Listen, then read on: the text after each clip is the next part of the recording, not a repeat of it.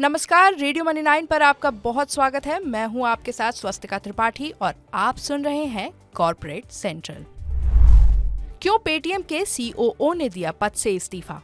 किस telecom company ने गंवाए करीब 7 लाख ग्राहक? इंडीजीन लिमिटेड के आईपीओ को निवेशकों से मिला कैसा रिस्पॉन्स? बताएंगे आपको, और इसके अलावा भी होंगी कॉर्पोरेट जगत से जुड़ी कई और बड़ी खबरें। तो चलिए शुरू करते हैं कॉर्पोरेट सेंट्रल। पेटीएम के बड़े अधिकारियों की ओर से कंपनी को छोड़कर जाने का सिलसिला लगातार जारी है। इस कड़ी में ताज़ा नाम कंपनी के सीओओ और प्रेसिडेंट भावेश गुप्ता का है, जिन्होंने निजी कारणों का हवाला देते हुए 31 मई से अपने पद से इस्तीफा दे दिया है। बीते शनिवार यानी 4 मई को स्टॉक एक्सचेंजों को दी गई जानकारी के मुताबिक अब वो सीईओ विजय शेखर शर्मा के ऑफिस में सलाहकार की भूमिका में रहेंगे। खबर के चलते 5 मई को पेटीएम का शेयर 5% के निचले सर्किट पर 351 रुपए 40 पैसे के स्तर पर बंद हुआ। हालांकि दिन के दौरान शेयर ने 365 रुपए का हाई भी छुआ था। हिंदुजा समूह की investment arm IndusInd international holding यानी IIHL को बैंकिंग रेगुलेटर RBI से इंडसइंड बैंक में अपनी हिस्सेदारी 16% से बढ़ाकर 26% करने की मंजूरी मिल गई है। इस हिसाब से IIHL को इंडसइंड बैंक में 10% अतिरिक्त हिस्सेदारी खरीदने के लिए 11,500 करोड़ रुपए से थोड़ी ज्यादा रकम निवेश करनी होगी। ये रकम कई चरणों में लगाई जाएगी। खबर के चलते आज इंडसइंड बैंक का शेयर करीब आधा फीसद की मजबूती के साथ 1,488 रुपए 90 पैसे के स्तर पर बंद हुआ। मार्च महीने में टेलीकॉम कंपनी वोडाफोन आइडिया ने 6,84,000 टेलीकॉम ग्राहक गंवाए हैं। हालांकि ग्राहक गंवाने की रफ्तार 7 महीने के निचले स्तर पर है। साथ ही कंपनी ने अपने 4G नेटवर्क को अपग्रेड करने की योजना के तहत नोकिया और एरिक्सन के साथ बातचीत तेज कर दी है। उम्मीद है कि जून-जुलाई 2024 में ही इन कंपनियों को नेटवर्क अपग्रेड का ऑर्डर दे दिया जाएगा। एक रिपोर्ट के मुताबिक इसी दौरान कंपनी 5G नेटवर्क के लिए भी इन कंपनियों के साथ शुरुआती एग्रीमेंट कर सकती है। इन खबरों के बीच आज वोडाफोन आइडिया का शेयर करीब 3% गिरकर 12 रुपए 80 पैसे के स्तर पर बंद हुआ। क्राफ्ट्समैन ऑटोमेशन ने DR एक्सियन इंडिया प्राइवेट लिमिटेड यानी DRAIPL की बाकी बची 24% हिस्सेदारी 250 करोड़ रुपए में खरीदने के लिए करार किया है। सौदा पूरा होने के बाद DR एक्सियन इंडिया कंपनी की पूर्ण मालिकाना हक वाली सब्सिडियरी बन जाएगी। फरवरी 2023 में कंपनी ने DRAIPL की 76% हिस्सेदारी खरीदी थी।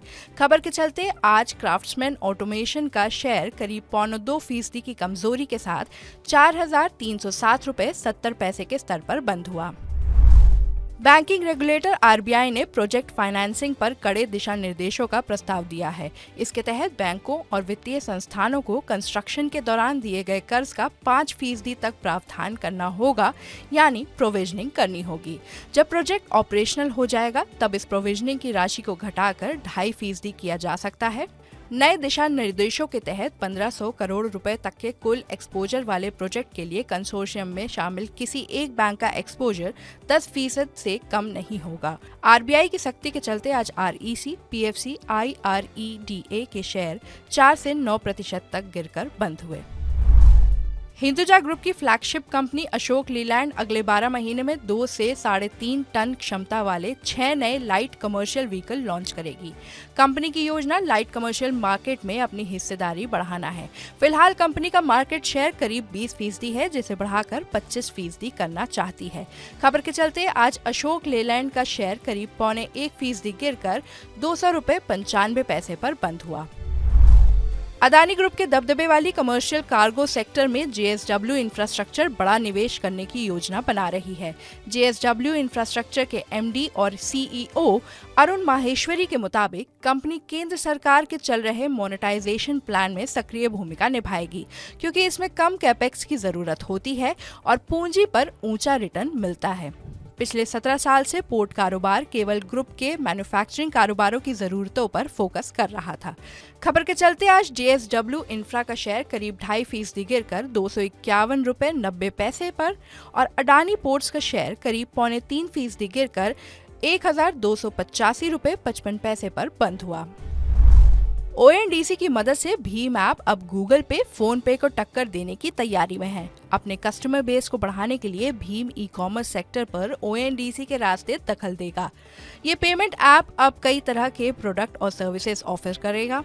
इनमें फूड, बेवरेज, ग्रोसरी, फैशन और अपैरल जैसे प्रोडक्ट्स भी शामिल होंगे। ONDC के लिए भीम एक अलग डिवीजन तैयार कर रहा है। ये डिवीजन ई-कॉमर्स सेक्टर के लिए अलग-अलग तरह से ऑफर तैयार करने का काम करेगी।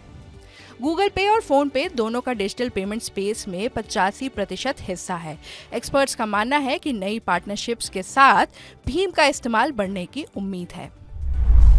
टाटा मोटर्स के 99.81% शेयरधारकों ने DVR यानी डिफरेंशियल वोटिंग राइट्स वाले शेयरों को ऑर्डिनरी शेयरों में तब्दील करने के प्रस्ताव के हक में वोटिंग की है।